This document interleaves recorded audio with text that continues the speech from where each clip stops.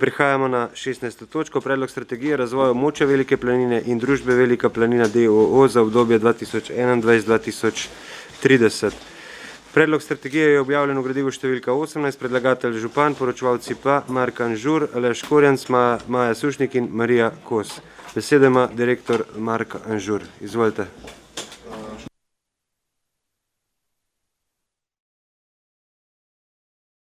Hvala za besedo.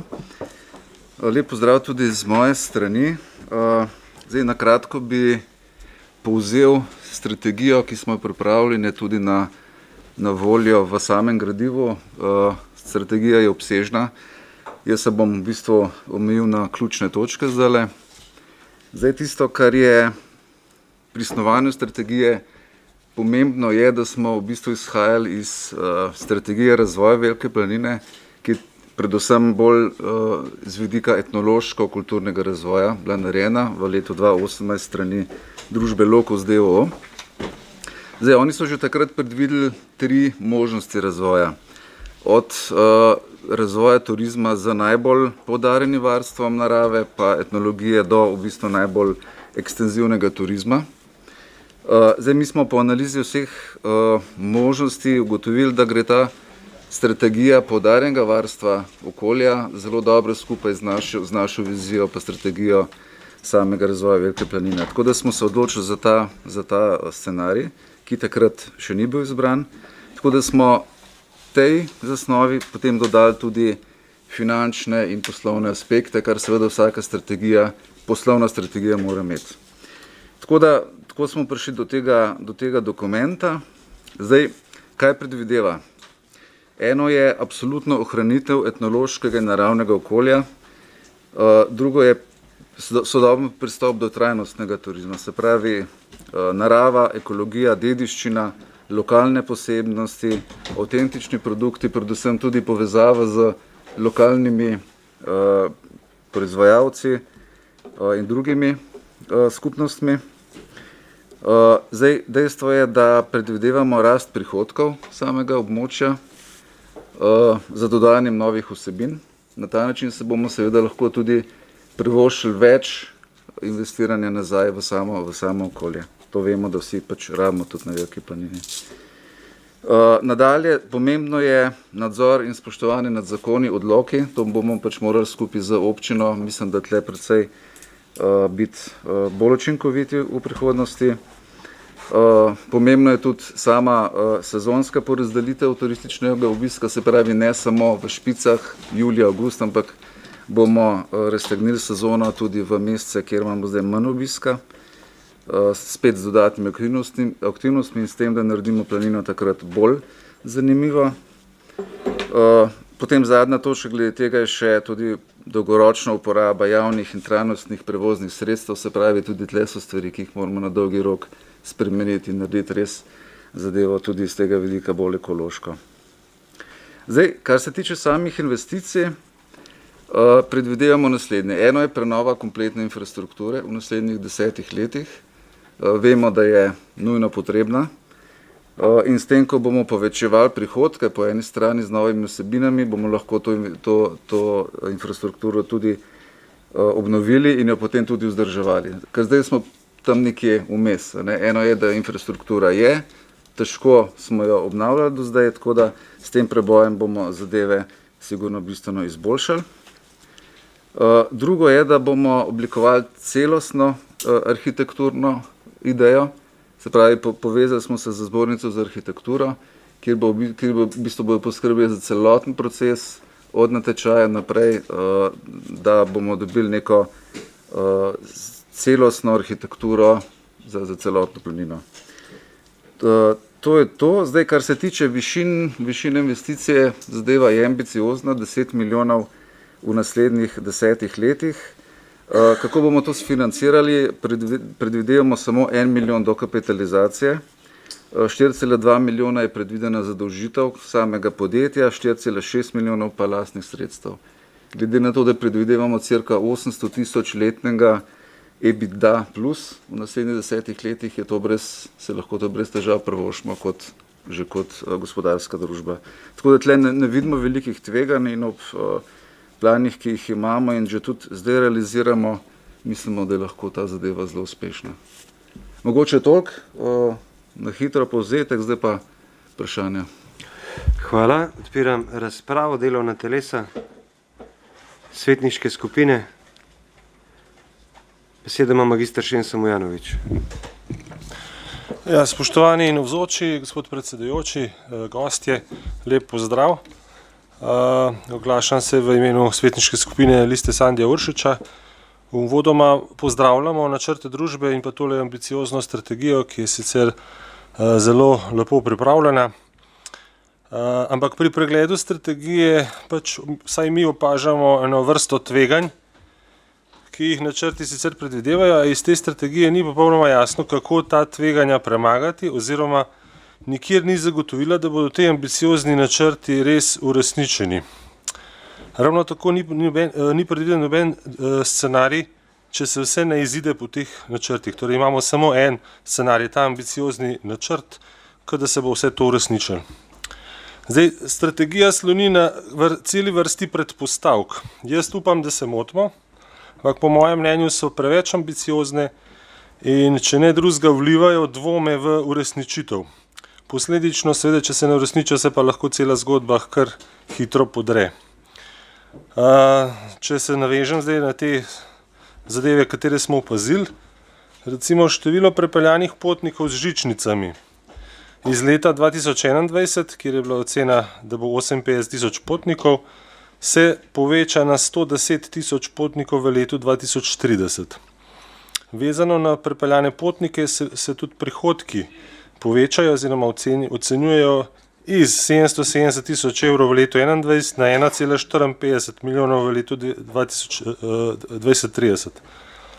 Zdaj v strategiji piše, da bojo prihodki iz tega naslova po letu 2022 rasli s stopnjo 17% letno. To se nam zdi zelo pretirana številka. Če samo pogledamo nazaj, rekordne številke prepeljanih potnikov, recimo podatek iz leta 2019 je bilo 72.500 potnikov z nihalko in ne vem, to kar je preveč ambiciozno po našem mnenju. Zdaj, naslednja zadeva, prihodki v gostinstvu naj bi rasli z letno stopnjo 22%. V denarju to pomeni iz 423.000 evrov v letu 2021 se te prihodki kar povečajo na 940.000 evrov v letu 2030. Zdaj, po različnih teh objektih zadeve opredeljene, zdaj recimo v uč pade skodla. Skodli iz sedanjih oziroma iz prihodkov v letu 2021, kjer je 21.000 evrov prihodkov, se bojo prihodki dvignili na 150.000 evrov v letu 2030. Jaz sem se malo poigral, to je 700% rast v 9 letih. Sektor turizem se bo povečal prihodke za več kot 100%.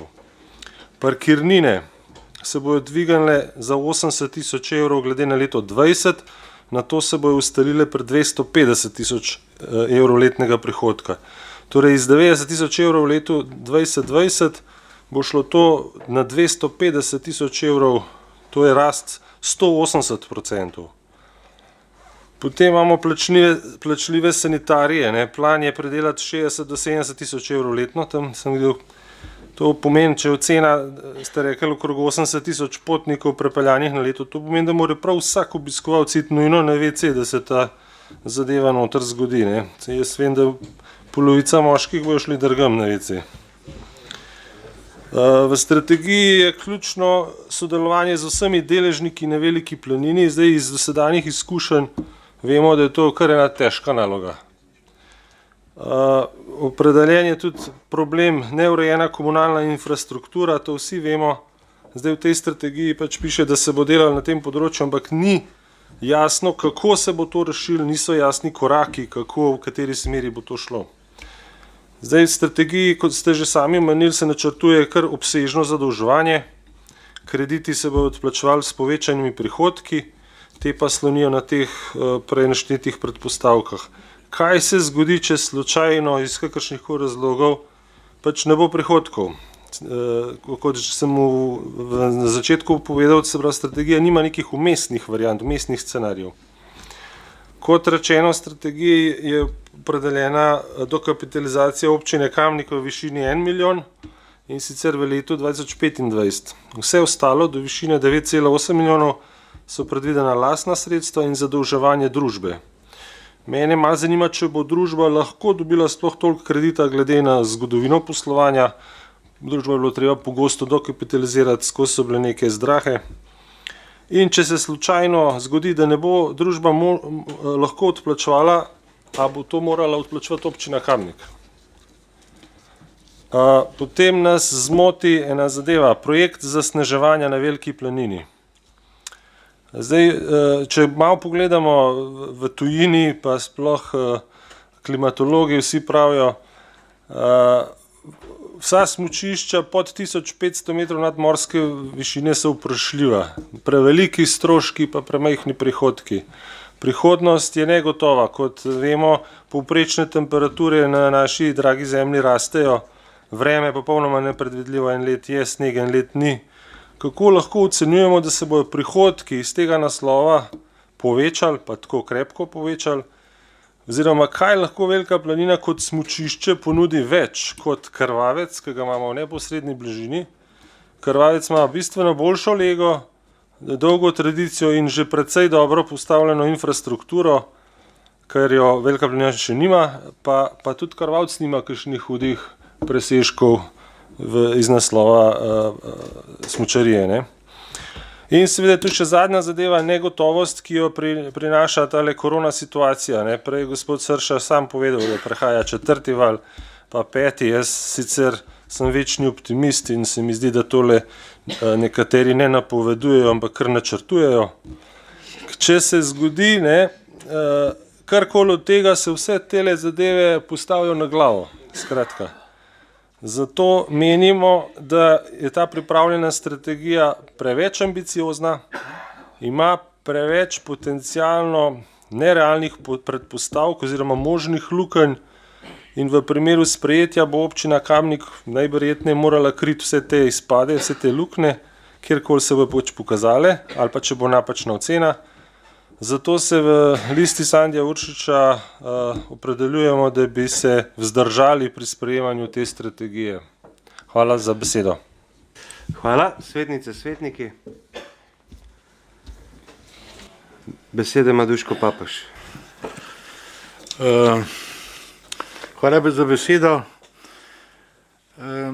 Meni je ta strategija, lahko rečem, zelo všeč.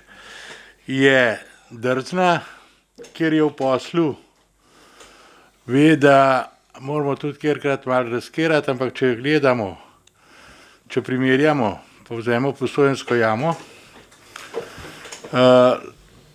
je bila lih nekje tam pred tolikimi in tolikimi letih, smo zdajle mi na veliki, a ne?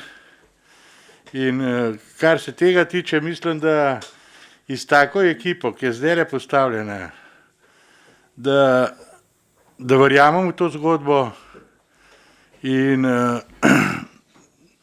če se bo tako nadaljevala in če bomo tako delali, kot je, in z obiskami in s ponudbo in pa seveda s tem vsemi idejami, ki so tle noter navedene, se jaz ne bojim, da ne bi zmogli to speljati. Tako da jaz le pozdravljam to in z veseljem bom podprl to zadevo, kajti mislim, da je že čas in sem kar nekaj časa že vpleten v to Veliko planino in kar smo zdaj napisali, ali pa kar smo, pa lahko rečemo, ambiciozno, to manjka tudi v naši Sloveniji in sploh pa v turizmu. Tako da Mark, hvala za predstavitev in res je bila, mislim, da je dobro, no, tako da mi bomo tle podprli to zadevo. Hvala. Hvala. Beseda ima magister Urban Bergant. Sem že priklopljen, ne? Jaz bi kot prvo točko navedel, da nekje smo mi govorili o nekih pastirčkovih zajtrkih pred kakšnim letom Jaz bi poudaril, da te pastirčkovi zajtrki so danes v Poljani, ker takrat je bilo nekje rečeno, vse, kar si želimo, si dober zajtrk, želimo na jelki, no ta stvar je že izvedena. No, če gremo pa naprej po ostalih točkah, bi pa jaz rekel tako, verjetno ste v listi Sandija Uršiča morda videli, koliko ljudi se pelje iz gondolo, niste pa pogledali, da vseh turistov na Veliki planini je približno 250 tisoč. Se pravi, tukaj je zdaj potreba po WC-ju nekje iz faktor 3-4 sfalena, tako da dejansko, če bojo šli fantki še zmeraj v Gmajno, pa bojo punčki na odhodile, bo še zmeraj tista številka prišla ta prava. Zdaj, jaz bi rekel tako, če nek Kitajc v Mostah naredi 1,2 milijona prometa z prehrano, jaz trdim, da je samo stvar organizacije na zelenem robu za tako odlično lokacijo, da mora taka lokacija narediti isto. To je moje osebno mnenje. Zdaj je pa ena situacija dejstvo, se pravi, težko, da le govorimo o nekih manjših investicijah, če vemo, da tista zapuščina, ki je bila predana, je bila sledeča, da ni bilo sklada za sedežnico in da ta sedežnica ne more delovati več kot 4 leta in bo čez 4 leta ustavljena in sploh ne moreš drugače razmišljati, kakor o tem, a jo sploh ne imeti ali pa nekaj najdeti sredstva in se razširjati, zato da lahko to pokriješ. Velja podobno tudi za gondole. Tako da toliko na kratko iz moje strani. Hvala. Zdaj, direktor, bi vas prosil za obrazložitve na tiste izpostavljene zadeve.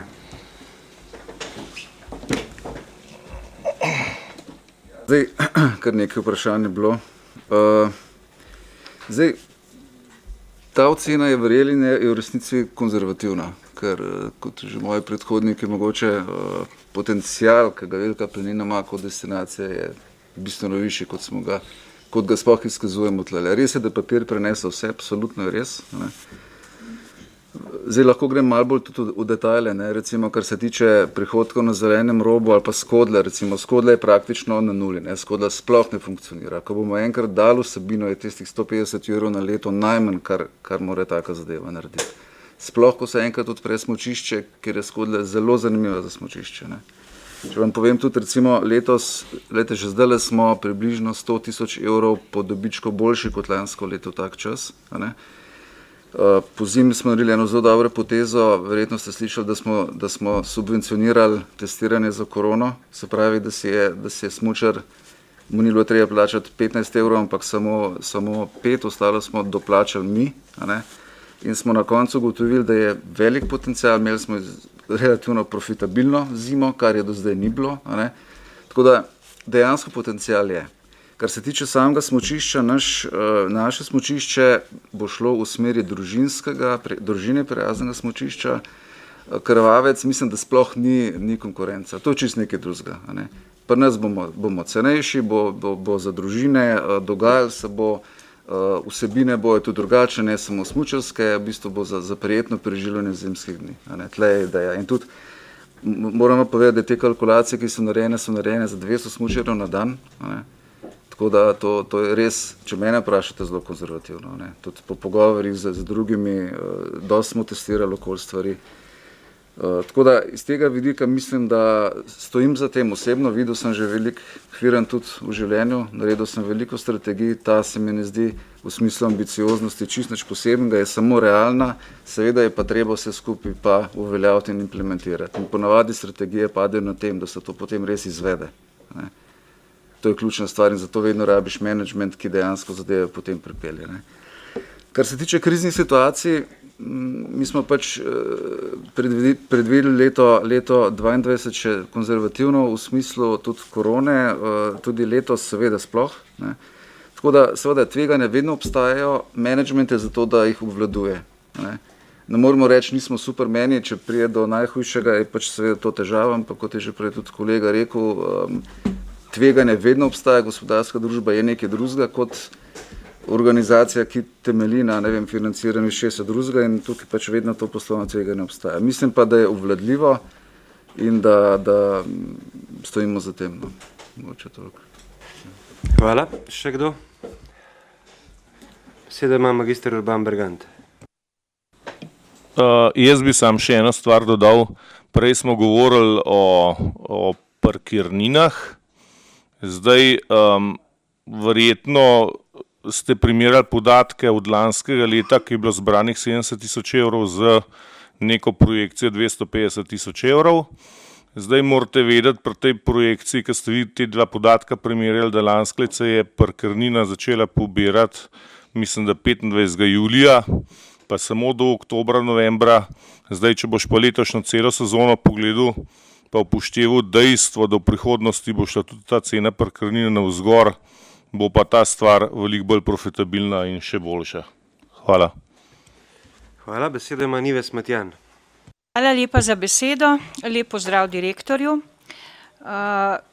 Strategija je, tako se mi zdi, čist nekako pravilno nastavljena, ni niti drzna, niti ambiciozna. Je za neke, če pogledaš, nekomu se to pač zdi, nekomu ne, ampak meni Velika planina, recimo, glede na to, da sem se pri 3 letih gor naučila smučati in sem celo otroštvo gor preživela in vem, kako je delovala Velika planina takrat, ko je bila še pod okriljem komunalnega podjetja Kamnik in je bil direktor moj prijatelj Peter Brlec. In kako je to takrat laufalo. Ravno tako smo imeli stare naprave, ravno tako smo imeli zelen rob, razen da smo imeli en gostinski obrat več, to je bil Šimnovec. Ne? In tam so se dogajale lušne stvari. Tako da jaz pozdravljam vse v tej strategiji, tudi za sneževanje, ker jaz pogrešam smučanje na Veliki planini. Sigurno bi šla večkrat na Veliko, pa na Krvavec, ki grem pa zdaj recimo. Ne? Tako da pozdravljam vse te stvari. Vem, da je prvi pogoj, da vse te stvari boste zrealizirali, je voda. Absolutno. Voda gor more priti za toliko in toliko stvari. Kar sem mogoče pogrešala v tej strategiji, se mi zdi, da gostinski del je bil malo premalo ljudi za tak obseg, ne, ker če mi pogledamo tisti dan, ki je res veliko ljudi na Veliki planini, potem zelen rob tega ne obvladuje. Ne. Zdaj ste dali noter gostinskih delavcev 5, ne, 5 gostinskih, ne vem, če v Skodli zboli eden, rabite že enega, vem, da se tudi študenterije poslužujete, ampak tle v gostinskem delu, če želite prideti na tako cifro, ki je recimo, ki jo lahko prenese en zeleni rob, tako kot je rekel prej kolega Urban, potem je treba biti pripravljen s hrano, pijačo in seveda tudi s personalom. Ne? In glede na to, da sem že toliko let v občinskem svetu in so vsi direktorji do zdaj skušali ta gostinski del oplemenititi in so tudi ga, a ne, ker na začetku so bili prihodki, ne vem, 170 jurjev, zdaj smo prišli čez 400 jurjev, a ne, tako da ni noben problem preskok tudi naprej, sam je pa treba imeti vse rekvizite, a ne, tako da jaz pozdravljam to strategijo in želim, da se to, da pa tudi mislim, sem skoraj prepričana, da v 10 letih sigurno do take realizacije boste prišli. Je pa res, če se pa, tako kot je bilo zdaj korona in tako naprej, strategije niso pripravljene na krizna obdobja, ampak na obdobje, kadar turizem deluje in vse teče tako, kot je treba. Ne? Tako da srečno. Hvala. Hvala. Besedo ima Žaklina Zdravkovič. Hvala za besedo, lep pozdrav vsem. Jaz se nisem imela namena javiti, ker vidim, da že vsi težko dihamo. Smo že malo utrujeni, ker smo brez zraka tukaj, ampak bi pa vsem povedala, da se mi zdi ta strategija super, zelo dobro pripravljena in da se mi niti ne zdi preveč ambiciozna, ker nič hudega, če ne bojo 100% doseženi cilji, ne, saj ponovadi niso nikjer, v nobenem podjetju. Je pa super, da so visoki cilji, ne, pa da se jim poskušamo vsaj približati, za razliko, bom rekla, od prejšnjih let, ko nismo imeli pa nič, ne. Pa smo stalno dokapitalizirali to Veliko planino, pa je bila v rdečih številkah konstantno, tako da se mi zdi, da je ta varianta veliko boljša, tako da podpiram. Hvala. Hvala. Besedo ima Jože Korošec. Ja, hvala za besedo še enkrat in zadnjič nocoj. Zadnjič na odboru za gospodarstvo smo imeli direktorja, pa smo se kar lepo pogovarjali, pa kasneje še tam ne dol šli malo sosed pogledati, smo podpirali tudi turizem, tako da bom rekel, to strategijo je bilo vloženega precej dela po vseh informacijah, z ogromnih enih podatkov, ogromnih enih subjektov, ki so sodelovali pri tej strategiji. Moje mnenje je, da je tudi ekipa, ki je trenutno se pravi tako na strani se pravi vodstva Velike planine kot skupščine in kot nadzornega odbora, jaz mislim, da so gospodarstveniki, ki vedo, kaj delajo in pa ki bojo tudi v slučaju kriznih razmer, ki seveda so negotove, lahko znali ukrepati, tako da mislim, da kot sem že zadnjič rekel, če bi bilo to za milijon v 10 letih strani občine, takoj podpišem. Kar srečno naprej z dobro voljo in pa seveda s poštenimi nameni. Hvala. Hvala. Besedo ima Sandi Uršič. Ja, hvala za besedo.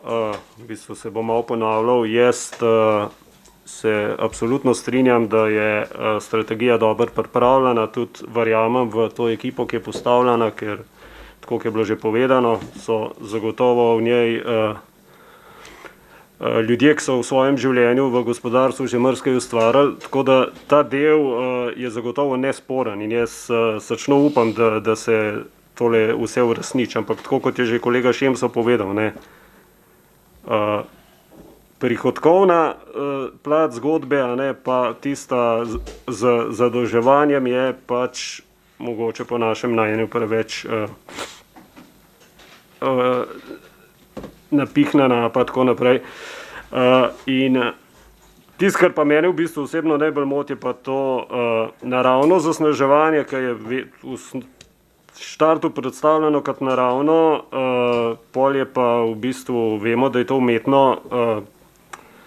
Tukaj sem pa jaz skeptičen in danes sem pričakoval, da se bo še kdo oglasil, ker skoraj vsako sejo nas skrbi za našo kamniško vodo, tukaj pa mislimo, da ta zadeva ne more nič vplivati na našo kamniško vodo. No, tako da to je tisti del, kar mene moti, zato jaz težko sprejmem to strategijo danes, ker bom s tem dal potrditev nečemu, o čemer v bistvu premalo vemo. Ne. Tukaj vseeno mislim, da je treba točno preveriti v bistvu, kaj pomeni zasneževanje, kakšne posledice so to naprej, ker čist umetno zasneževanje ne prekaj, da je umetno, če bi se dal to sam z vodo delati. Saj jaz mislim, da je tako. No.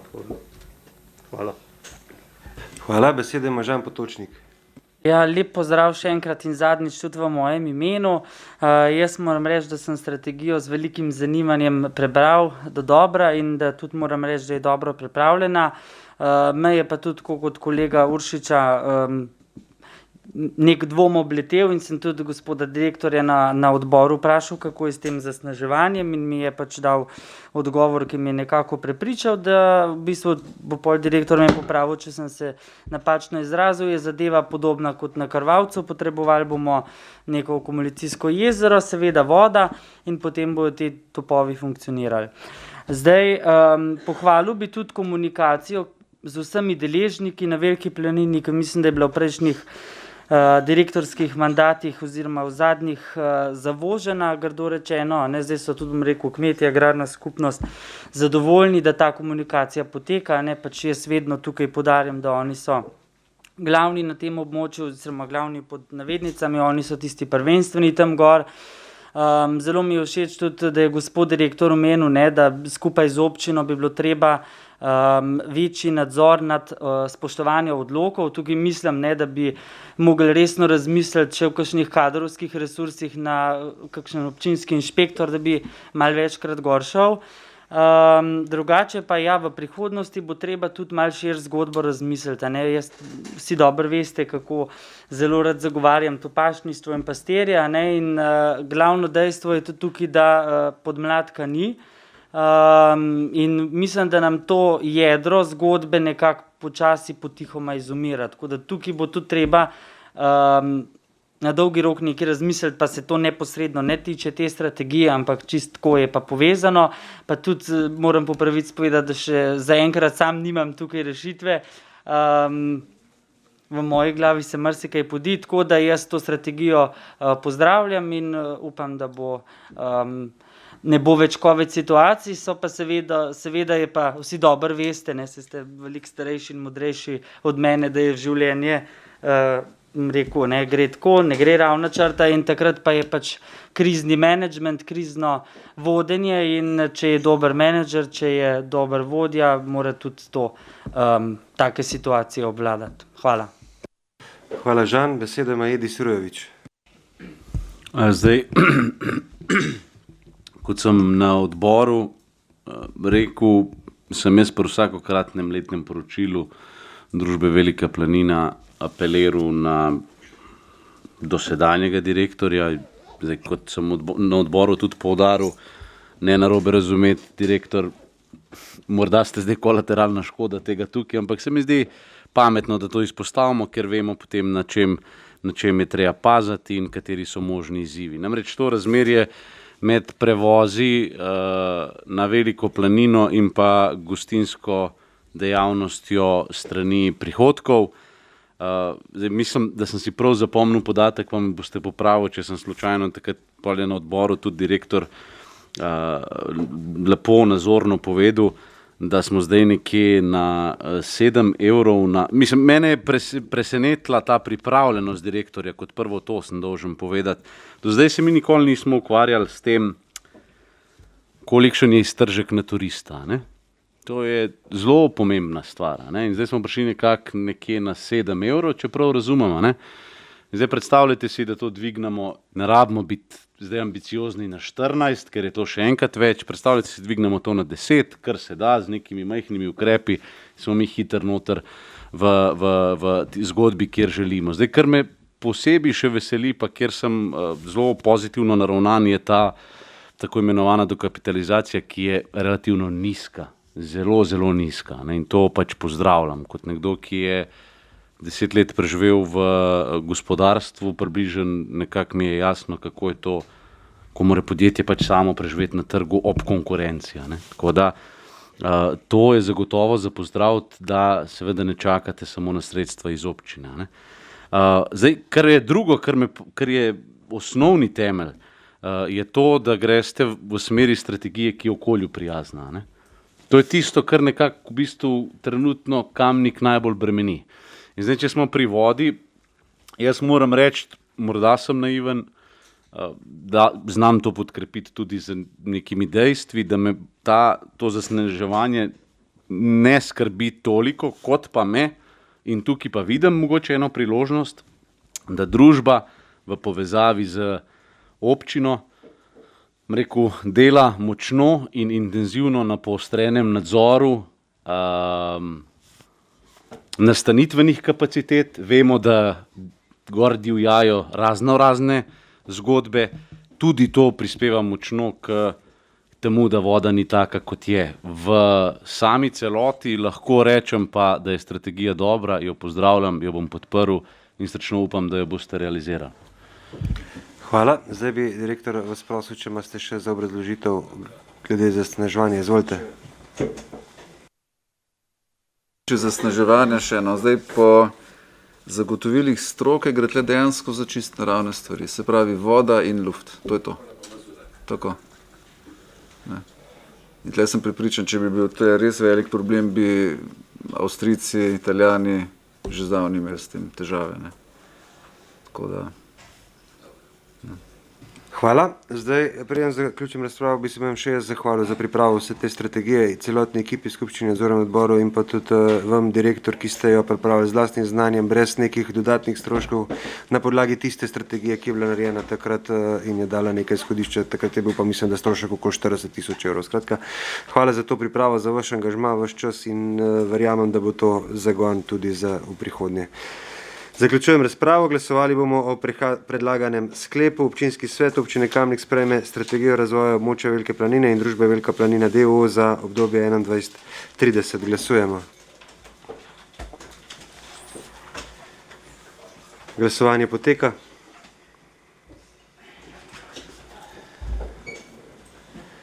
Zaključujem glasovanje. za je glasovalo 20 svetnic in svetnikov, proti nihče. Ugotavljam, da je sklep sprejet. In točka zaključena, s tem pa tudi današnja seja. Hvala vsem za udeležbo, za zbranost, za konstruktivne razprave.